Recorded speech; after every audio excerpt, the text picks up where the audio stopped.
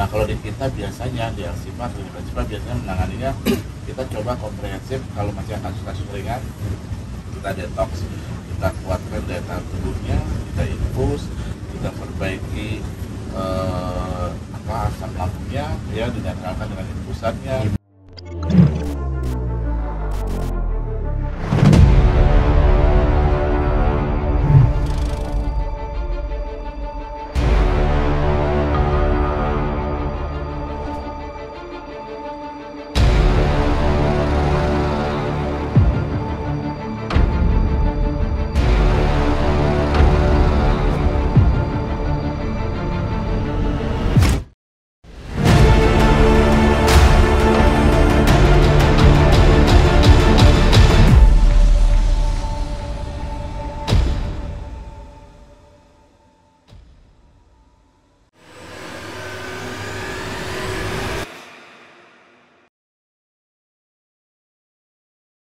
Udah, sekarang gini, saya balas kamu ke psikiater lagi demi kebaikan kamu gitu. Nanti tetap konsulkan gitu, apakah ngeblanknya hilang atau tidak, diskusikan lagi sama Mas Arya, nanti mungkin bisa kasih solusi.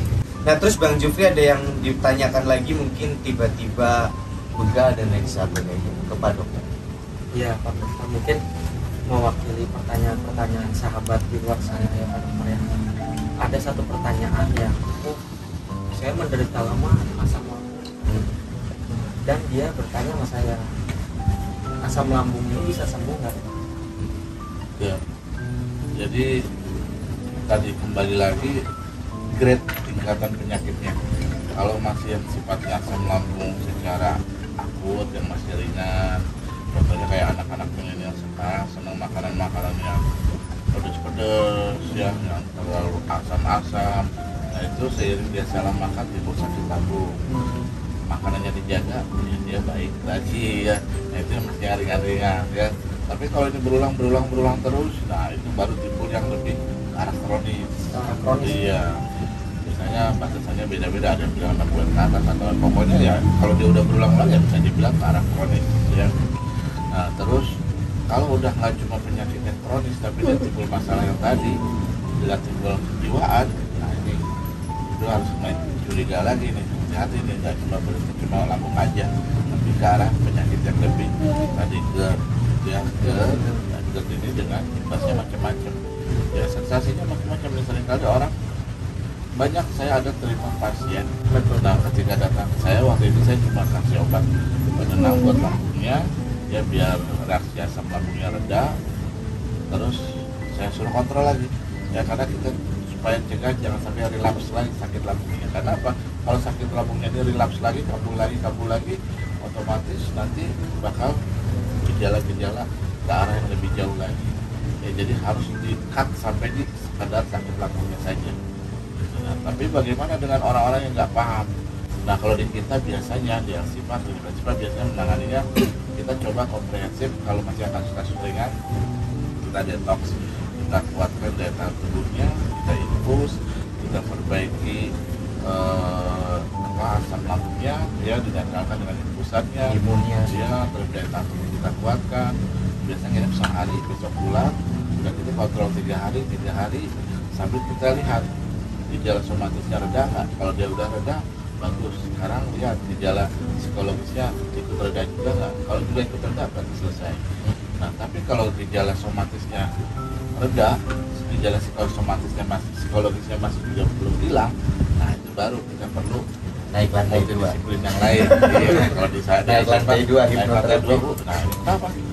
Ada yang diberesin ya, alam bawah sadar ibu, pikiran ibu ya, karena ibu bakal timbul bergejolak terus yang men-trigger lagi ke lambung lagi, dan itu nggak bakal tuntas kalau tidak dicari benang merah masalah psikologisnya. betul. Iya betul. Tapi kenapa ya Dok ya, kalau asam lambung itu berhubungan erat dengan pertama gen, yang kedua gangguan emosional. Ya. Memang sebelumnya dia punya dendam, habis konflik, tekanan di kantor dan lain sebagainya, bisa jadi asam lambung. Jadi kembali, satu penyakit itu tidak bisa dikatakan satu faktor, tapi penyakit itu Banyak multifaktor ya, dari lingkungan, dari genetik, dari gizi, Betul. dari ya faktor daya tahan tubuh dianya sendiri, faktor daya tahan mentalnya dia sendiri, ya. Pola Karena- hidup yang betul, karena buruk. ada satu orang ya menangani masalah stresor yang mungkin sama dengan orang lain juga, ya. Yang ini dia bisa menangani, tapi yang lainnya juga pada stresornya sama, tapi dia beda. Ya, reaksinya reaksinya berbeda. beda. Ada orang yang sederhana aja lah, kayak kita mungkin makan bubur di pinggir jalan bareng-bareng nih, ya. Yang satu orang ini dia makan bubur sehat-sehat aja, yang satunya makan bubur yang sama, tukang abangnya sama, ya. Buburnya dari satu tempat yang sama, tapi yang ini kena tipes, ya kan?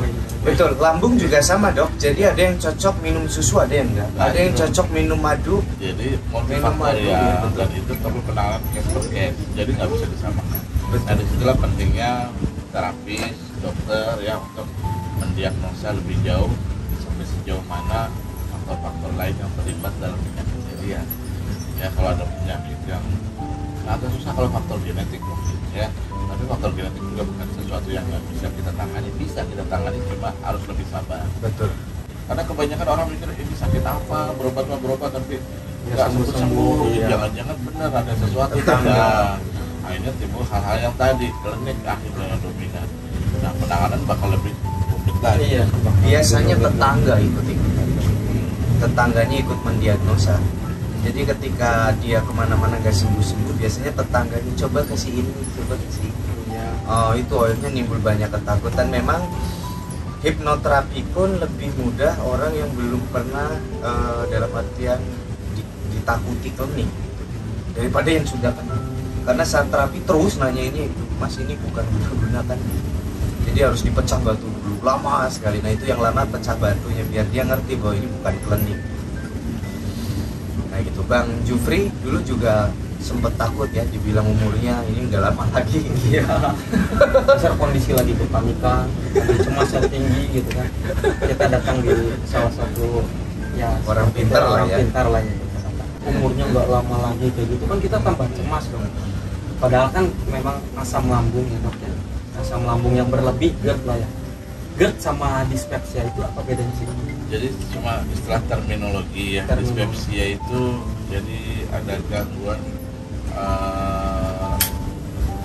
kemampuan mencerna ya dalam lambung yang nggak bagus, kita istilah dispepsia. Iya, nah jadi karena mencernanya nggak bagus dari makanan tadi mungkin produksi gas, dan berlebihan timbul rasa begah, ya, bloating yang benar-benar dia nggak nyaman. Nah itu biasa orang kalau perut kembung atau bilang dispepsia kalau dulu. Sekarang nggak berhenti sampai di situ. Kalau udah perut kembung terus ada gangguan cemas ya, terus rasa yang tadi lebih ke arah ke ya, jadi istilah itu berubah lagi jadinya, ya. Iya, Kan taunya kita cuma mah aja ya. mah. Emang GERD itu sensasinya banyak ya. Kayak jantung berdebar. Apa aja sih dok biar teman-teman Ini tahu? banyak ya, jadi kalau udah dia tadi kepada refleks kena, nggak cuma gejala lambungnya, gejala lambung tadi nyeri ulu hati, ya, punggung belakang sakit, Punggung belakang. ya, terus udah gitu begah, kembung, Begah, kembung, sesak. melilit perut, perih, keringat dingin, sesak, ya, Tusuk dada ya dok. kadang ada yang sesaknya yang lebih parah lagi, gasping, dia. Ada pasien saya, dia masih muda sekali, badannya kurus, datang ke saya udah 2 minggu dia nggak mau makan. Nah, saya tanya kenapa, saya bukan nggak mau makan, lapar sih lapar, tapi saya kalau makan, ya, itu saya kalau makan, pasti saya nanti pasti kena makanan tadi, Termuntahkan tadi lagi. dia mungkin di dalamnya ada gangguan pencernaan, yang istilah umumnya tadi dispepsia juga, Iya. begah, kembung, dia nggak bisa bernafas. Oh. Kalau Wah, Mas luar biasa. disuruh pilih nggak bisa bernafas sama nggak mau makan, nggak bisa makan, mending pilih mana? Biasanya orang pilih yang penting bisa bernafas kan? Iya. Emang udah kerepotan mas. Iya, makanya dia nggak mau rasa gaspingnya seperti kayak orang kayak Iya. begitu. Akhirnya dia Sesak. mendingan gua nggak makan deh. Ya masih bisa tahan. Tapi kalau udah gasping dia udah susah sampai seperti itu. Akhirnya badannya habis kurus, Sampai kurus. dia. sampai kurus. Ya. Sampai kerepotan makan. Takutnya seperti itu dan akhirnya Iya. pasien ini saya infus, saya beranikan bahwa jangan khawatir makan, ya takut kena trauma tadi, rasa sesaknya tadi, ya kita edukasi, advis medisnya seperti jadi ini harus diingat. Jadi untuk penderita lambung ya, ini harus ingat. Jadi pertama yang harus hati-hati untuk penderita lambung beda dengan yang lain, dia sensitif banget lambungnya ya. Iya. Jadi jangan sampai dia terlambat makan. Terlambat makan. Ya. Yang keduanya jangan sampai juga salah makan. Salah makan. Dia terlambat makan masalah, yang dimakan salah masalah. Yang kedua jangan sampai kurang minum. Ya, kalau bisa 2 liter sehari atau lebih. Tapi jangan sampai juga salah minum. Ya, salah minum contohnya untuk mereka yang sensitif seperti kayak kafein, kopi, soda, soda, coklat itu salah minum tuh istilahnya ya. Dijaga ya dok ya. Saya ada pasien kalau setiap datang itu seminggu bisa 2 kali datang ke tempat praktek saya. Dan setiap kali datang bukan kayak orang duduk normal, tenang, enggak. gelisah. Buka pintu, gedek langsung ke tempat tidur kayak orang lari, kayak dikejar maling langsung tidur Kayak ngos-ngosan ya. langsung sakit keringat dingin ya. Dan itu seminggu bisa 1 kali atau 2 kali dia datang sampai dia malu. Dok, maaf ya dok, saya malu sebenarnya datang ke dokter. Dokter jangan bosan ya. Kenapa? Saya begini terus dok, saya udah bosan, harus gimana baiknya? Akhirnya saya jelasin dulu, ini dari lambung itu udah ya lumayan lah, statusnya udah lebih parah. Jadi bu tadi salah makan, terlambat makan itu nggak bisa jaga ya. Terus tadi kurang minum, salah minum juga masalah. Belum lagi masalah pekerjaan, capeknya itu ya, mungkin dia terlalu malam atau ini itu juga pengaruh dari pikiran. Akhirnya dok, saya mau bagaimana biar saya nggak kayak begitu lagi. Ibu mau benar-benar ikutin saran saya, ya udah sekarang ibu detox dulu, dibersihkan dulu. Kalau di klinik kami dibersihkan, diinfus ya, dinaturalkan, biasanya cukup sehari, besoknya pulang. Udah gitu kontrol 3 hari ya, minimal 5 kali ya, 5 kali sudah stabil baru kita edukasi advis ya. Jaga makanan yang tadi saya bilang, nggak boleh terlambat makan, salah makan, saya jelaskan apa aja pantangan-pantangannya ya. Nah itu yang harus kita perbaiki supaya jangan sampai diulangi lagi. Nah, ibu mau benar-benar sembuh, kerjakan yang saya harus sarankan, misalnya banyak minum air putih, jangan kurang dari 2 liter sehari, terus banyak serat-serat yang mengikat air, contohnya banyak seperti pepaya, timun, semangka, melon ya, itu perbanyak tuh ya, magnesium seperti itu ya. Iya iya. Nah cuma ada beberapa ya buah-buahan bagus, tapi kalau bisa jangan yang asam atau jangan yang sifatnya ada fermentasinya seperti durian, nangka, cempedak ya, buat itu ya. Atau kadang pisang juga seratnya beberapa orang nggak cocok dengan lambung ya, itu hati-hati. Timun bagus, tapi ada beberapa orang juga nggak cocok kalau timunnya kemudahan, getahnya beda lagi tuh ya. Seringkali ada ya dok, makanya kalau makan pisang tuh ini rasanya ya. Atau makan timun kemudahan kok tiba-tiba sakit ya. Nah itu hati-hati ya. Jadi yang ini yang saya kumpulkan ini dari pasien-pasien yang udah pernah cerita ke saya seperti itu ya. Jadi harus bisa pantangan tadi dijaga, minum air putih, usahain air putih ya. Nah kalau bisa jaga, nah ini masalahnya, jaganya nggak cuma 1-2 minggu masalahnya, harus bisa minimal 2 bulan. Nah iya betul. Ya 2 bulan. Kalau saya biasanya 3 bulan. Nah pasien saya bilang 2 bulan, dok saya, Pak dokter bilang 2 bulan, saya bikin sampai 2,5-3 bulan dong kata dia. Sekarang saya udah kan alhamdulillah tuh ketemu pasien ada 2-3 tahun ya, nggak pernah kabur-kabur lagi. Dia hampir, saya ketemunya di tempat dia usahanya di salah satu mall, dia kebetulan kerja di food court ya. Sekarang udah cerita dia makan soto Betawi udah nggak takut ya, Iya, makan Padang udah nggak takut ya. Cuma tetap saya kasih tahu jangan over berlebihan, karena apa, iya, orang betul. sehat pun ya kalau over berlebihan dan tinggal tunggu waktunya. Apalagi yang sakit yang baru sembuh mau over berlebihan kan gitu. Ini Nah, batas normal aja ya. ya. Kalau kayak kelayangan itu dari mana ya dok? Kalau Itu paling kelayangan- banyak juga pertanyaan saya, kelayangan yang Iya betul. Ya. mata ngebul. Nah, harus dibedain ini gejala keliangan pusing itu banyak faktor. Bisa dari tensi rendah, Iya betul, Ya. tensi rendah. ada nggak cuma tensi rendah, tensi tinggi juga bisa. Betul. Iya. Betul. Kadang orang bilang saya kok nggak pusing ya tensi tinggi, ya nggak selalu tensi tinggi pusing. Dok saya kok pusing tensi tinggi, ya memang bisa begitu. Jadi seringkali orang anggap kalau tensi rendah kelihatan, tensi tinggi enggak, malah perkasa, malah mata langsung nggak begitu ya. Terus tensi normal pasti nggak pusing, bisa juga pusing tensi normal. Gula darah juga itu kan? tadi yang dibilang multifaktor. Nah dicek lagi kalau tensinya nggak apa-apa, gimana gula darahnya, gimana hemoglobinnya. Ya, masih ada banyak faktor. Nah disitulah tugas seorang dokter mencari tahu. Iya, detailnya. Iya, mana yang dominan ya. Contohnya hiperglikemi, gula darah 500-600, dia sama lemas pusing. Hipoglikemi, gula darah 60-70 mg persen, ya itu sama pusing juga. Ya, jadi harus bisa tahu nih mana yang tinggi, mana yang rendah. Nah kalau bisa di rumah punya alat sederhana tuh, ya cek. Kalau dia lagi tinggi, ya kadar gula darah tinggi, lemas, nah kita tahu dia lagi tinggi, ya kasih obat gulanya, ya. Nah tapi kalau dia lagi rendah, ya kalau gula darahnya 60 ya, atau saya pernah ketemu gula darahnya 40, waduh udah kayak udah mau ya anfal ya. Nah itu kondisi kayak gitu sama lemasnya juga. Nah kalau kita nggak punya alat itu yang sederhana di rumah, nanti salah penanganannya. Justru yang kayak begitu simpel, justru kasih yang manis saja, bikin air gula segera. Iya benar, kebanyakan sih pada minum air gula seger lagi. Iya, tapi jangan pas kita nggak punya alat main tebak-tebakan. Iya betul. Lagi gula darahnya iya tinggi 500, katanya kayak air gula nih. Makin naik lagi. Emang yang bagus gula darah tuh Ya kira lebih di atas 90, ya di bawah 200 lah. Itu dipegang. Di atas 90, di bawah 200. Iya, secara garis besarnya kasarnya itu boleh dipegang.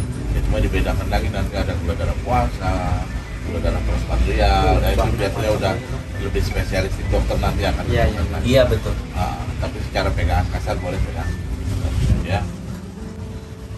Jadi multifaktor, nggak bisa penanganan harus serampangan keringan pusingnya, apa karena gulanya nggak selalu. Ada gula tinggi, Lebih baik koncek gitu. Iya. Punya Gula alat ceknya rendah, lah minimal. iya, pusing. Gula normal, kok bisa pusing juga? Katanya gula tinggi sama gula rendah. Gula normal, kok pusing juga? Ternyata HB-nya rendah. HB itu hemoglobin. Hemoglobin. Yang lain lah. Beberapa punya alat cek, ngecek terus. Iya. Kemana-mana dicek terus. Kalau nggak bawa alat itu bingung, cemas. Ada tipe pasien-pasien yang unik. Ada mereka yang dok, saya mendingan nggak usah diperiksa gula darahnya dok. Kenapa? Nanti saya kalau ketahuan tinggi saya pusing. Nah Pikiran betul, saya nah down. itu. Ada beberapa yang trauma tensi dok. Iya. Jadi sebelum tensi itu udah tegang, jadi darahnya tinggi. lebih baik saya nggak tahu katanya, lebih baik saya nggak tahu hasilnya. Kenapa saya takut tensi gitu? Akhirnya bermanifestasi jadi Nah. takut stroke dan lain sebagainya. Padahal dicek aja belum gitu. Dan kalaupun memaksakan dicek akan tinggi karena cemas dulu. Nah, Gitu. keadaannya sudah cemas ya, Tegang, wah pokoknya. tegang itu bisa tensinya. Jadi kalau kayak begini mana yang lebih dipilih? Mendingan nggak usah diperiksa karena dia khawatir takut. Apa diperiksa? Tentuin. Nentuin lalu diobatin. Nah itu yang logika yang benarnya yang ini. Iya. Dia harus berani tahu kenyataan, dia harus terima apa adanya kondisi Iya dia, betul. ya. Cuma kadang takut. Nah karena kalau dia udah tahu kalau dia tinggi berarti kan Harus kita melakukan cara pengobatan. pengobatannya benar. Apa yang dipantang, apa yang dihindari juga jadi benar, ya kan? Tapi sebaliknya orang-orang yang nggak mau diperiksa karena takut, akhirnya apa? Udah deh nggak apa-apa, daripada bisa saya kepikiran, ini saya pantang-pantang, takut kenapa-napa. Benar sih, tetangga saya banyak yang lewat gara-gara gula, saya pantang-pantang, padahal dia nggak ada penyakit gula. Nah iya betul. Nah, Lebih menyiksa ya dok. mendiagnosa diri sendiri. Nah itu Meraba-raba. Iya. Nah itulah pentingnya seorang dokter nanti akan mengejas, menilai ya ini ke Mendiagnosa. arah mana ya. Jadi kita juga jangan pantang buta ya. Iya. Dan nggak perlu takut lah ya. Nggak perlu takut, terima kenyataan Demi kesehatan. ya. Baru dari kenyataan yang ada kita tahu harus bagaimana bersikap, kan gitu. Jadi sensasi cemas atau serangan panik itu ketika asam lambung apa tadi dok? Asam lambung yang berlebihan tadi Kena otot ya, ya. dia mulai naik ke daerah esofageal. Nah di esofageal itu esofagus kerongkongan ya. Nah, dia masuk ke tahapan satu titik daerah ya di pangkal tenggorokan tadi, naik sedikit ke atas itu ada titik vagal refleks. Ya vagal refleks ini ya tadi Berhubungan pikiran. iya pikiran, jantung semua Bisa. Iya, kalau di istilah hipnoterapi itu amigdala yang berhubungan dengan emosi, neurologi dan kejiwaan. Jadi dia ibarat alarm itu